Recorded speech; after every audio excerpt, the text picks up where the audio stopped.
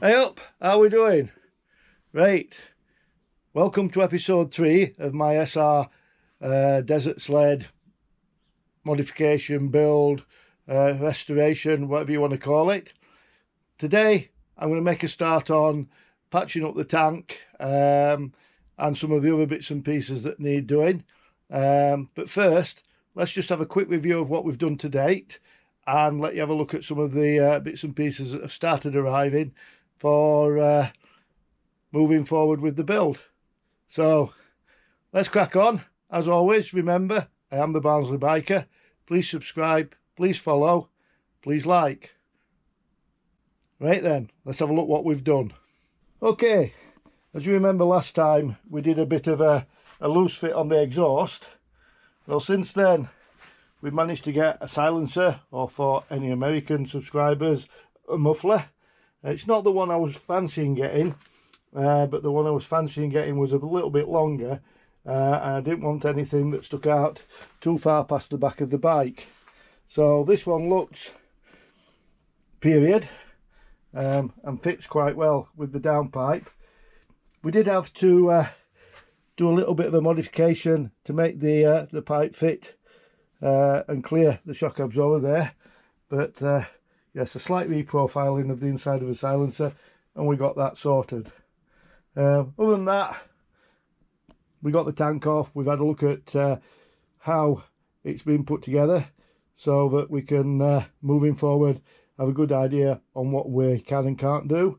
So yeah, that's where we're at so far. As I say, we've been busy on the internet ordering bits and pieces, and the postman's been, so far, new speedo. The bike hasn't gone on at all, so I'm going to make up a little console to house this, or hold the speedo and the ignition switch that we've got. This is sort of a universal one that we managed to get. I'm putting a new tail light on because the one that's on it's looking tatty and past its best, and a couple of aluminium number plate stroke side panels that are going to fit. Other than that, yeah, there's been a few minor bits and pieces that we managed to get hold of, nuts and bolts, etc. So yeah, we can start making some sort of progress. Since the last video, I've decided that what I'm going to try and do is put a strengthening piece into the rear mudguard, rather than, I don't really want to interfere with the plastic coating, the powder coating on the frame, if I can help it, by fitting the frame loop. I got the frame loop and it wouldn't be too difficult to fit, but it's going to spoil the finish on the frame. So I'm going to experiment with putting a piece underneath just to give a little bit more rigidity to that rear mudguard, and just see if that works. If not, then we'll go back to the frame loop option. So that's not for today. Today we're going to have a look at the fuel tank. So let's get that down and have a look, see what we're going to do with that. Okay, the plan with the fuel tank is to have it half polished alloy and the front half of it painted in the style of some of the early BSA, Victor, CCM scramblers. So that half's going to get painted. I was thinking about leaving this dint in as part of the history, part of the patina of the bike, but I've decided if I'm going to paint it, I'm going to try and make the tank look as good as is possible. It'll never be perfect because there's a few other little bits of dings and dents, minor ones, that you'll never get out unless you fill the whole tank, which I don't want to do. So I've got some body filler that I'm going to put in there and try and get that as smooth as possible, and then we're going to have this part of the tank painted. I'll reveal the colours later, but yeah, that's the plan. So we're going to mix up some filler, pop it in there, and see how we get on with it. Just getting this mixed in as best we can. Hopefully we've mixed enough, but we'll not know. But that looks like it's well and truly mixed now. So we're going to push that into there and just see how we get on. Hopefully there's enough That'll start going off fairly quickly. Let's just get it to scrape off.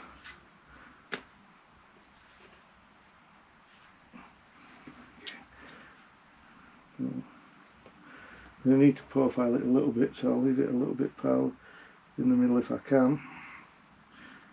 There we go.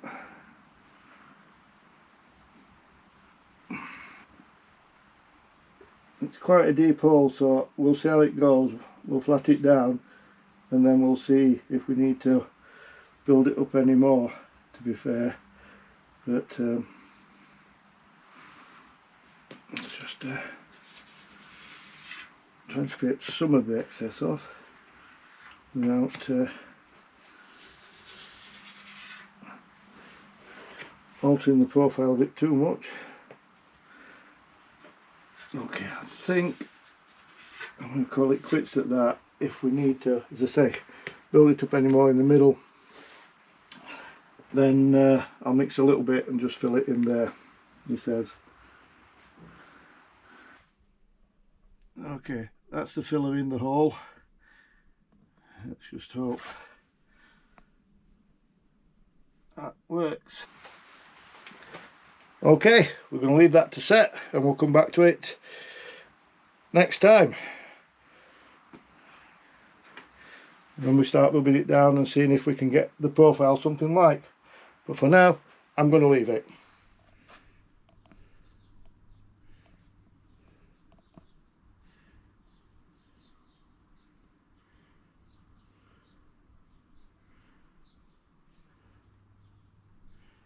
There you have it. That's the fuel tank rubbed down and prepped, ready for paint. We're going to mask it off next, so that I've got, the plan is to replicate the 1960s BSA Triumph Scramblers, where the tanks were either half chrome, half paint, or half alloy, well, alloy with paint on part of the tank. So I'm going to keep this part of the tank bare alloy, and we're going to paint this. Basically, there's going to be a primary colour and then a bit of a stripe on here. That'll be revealed as we go along in the colours. But first off, I need to mask it off, and then we're going to use an etch primer first, just to give the paint a chance of sticking to the alloy and staying on. So that's the next step. I'm going to give it a wipe down first with a bit of solvent and anti-static cloth. Then we're going to get the masking tape out and start masking it up and putting something here to put a bit of a curve in, so we can start the paint. So yep, let's crack on with that. I'm not going to bore you with it while I'm in the tedious process of trying to get it all masked up, but we'll come back to it once I've got it all complete, just before we put the first coat on, and then we'll go through putting the coat on and take it stage by stage. So for now, let's crack out the masking tape. Okay, so I've just spent some time getting the tank all masked up, so give you some idea of the design that I'm putting on there. Okay, so that's all done. Now I'm just going to give that a final wipe over again with a solvent and then anti-static cloth, and we're going to get first layers of primer onto that. So yeah, see how it comes out.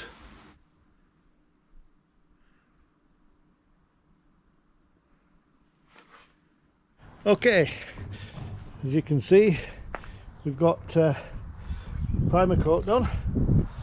Just need that to be left for 24 hours and give it a light rub down,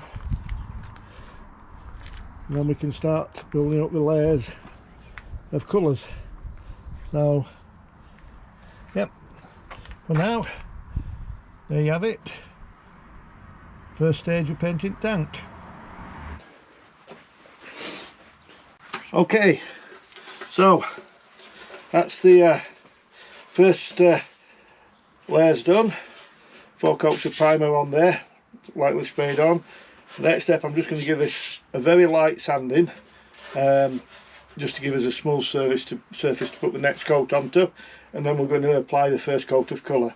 So yep, get some fine rubbing paper and we'll give it a rub down. Okay.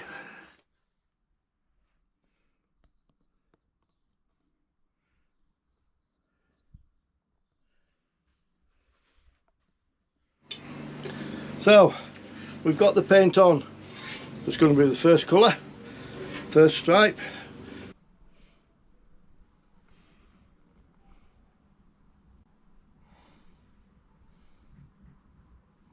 So now what I need to do is just mask it up using this thin tape, which will hopefully give us a nice thin stripe of that first colour, and then we're going to put on a coat or two of the second colours that we're going to use for the second stripe, and slowly build it up from there. Okay, that's the tank with the masking on. Basically, just so as a bit of an explanation, I put the thin tape on, which is going to give me the thickness of the stripe, and then just so there's no blow past if I've not managed to get it right up on the edge, I've just put this on to cover any gaps, the thicker tape to cover up any gaps, so we don't get any shadow or whatever contamination of the original colour. So I'm going to take that, and I've given it a quick rub down again with a fine abrasive as well. So I'm just going to give it a wipe over to get rid of any dust, and then go and put the next colour on. So yeah, coming along nicely. Okay, that's the tank with the second colour for the stripes on there. By now you'll be starting to have some idea of what colours we're going to be painting it. Alright, I'm just going to give that a quick flat down, and then again with the pinstriping tape we're going to mask it off so that we'll end up with a red stripe, and then prepare it for putting the final colour on there. Okay, so yeah, we'll crack on with that, and hopefully next time you'll see the final colours, and then we'll be putting the stickers on and getting it ready, because we'll be putting a few coats of lacquer over the top of everything once we've got the stickers and the final colours on. So, but let's crack on. Okay, that's the final main colour on the tank.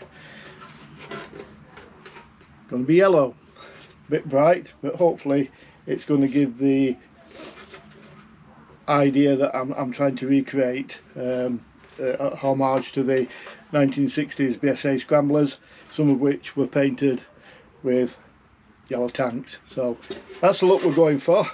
I'm just going to give this a bit of a final finish on the paint, polish it up a little bit. We've got some decals to apply. Nice bright red. BSA logos were also in red on the yellow tanks, so nice bright red Yamaha logos to apply, and then we're going to put several coats of lacquer onto the tank just to finish it off. So for now, let's get this polished up, buffed up, and then take it from there. There you are, rattle can paint job.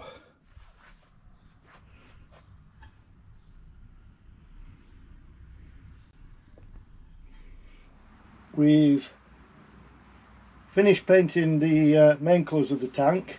I've given it an initial rub down. I'll probably do another one before we put the lacquer onto it, but I'm going to start doing some of the unmasking, and then I'm going to put the decals on here either side, the Yamaha decals, and then prep it for the final few layers of lacquer. So let's get on with the unmasking. Okay, before I've unmasked the rest of the tank, I decided to put the decals on. A little bit fiddly, but hopefully they're going to look something like. There you go. That's the Yamaha on both sides. So yeah, coming along nicely. As I say, going to be replicating one of the British colour schemes, So let's crack on with the unmasking. See how it looks. Okay, I'm not taking all that masking tape off for now, all that masking off, because once I've cleaned all this up, there's a little bit of bleed through on the white there that we're gonna polish up, and a little bit of masking tape that on the edge stripe I need to get out. But I think, as you can see, it's been reasonably successful. Okay, as I say, just going to need a little bit of tidying up before we put the lacquer on, and I'm going to give it a flat down anyway, so that's no worries. I just need to get that off there. Don't want to start picking at it with a razor blade or whatever, but yeah, there's a bit of masking tape there that we need to try and get out. Then I'm going to mask this off. I'm going to leave a little bit of an edge. I'm going to mask this back off, then I can lacquer the painted area and just overlap onto the aluminium a little bit there to protect the paint, and then we can keep the alley polished.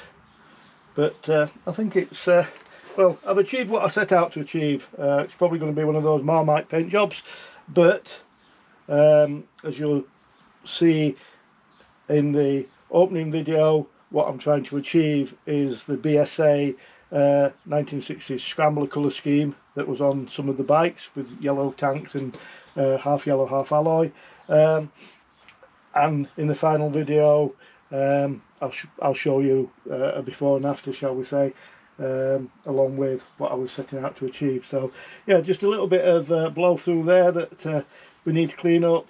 Need to get that bit of tape off, but there it is for now. There's the tank.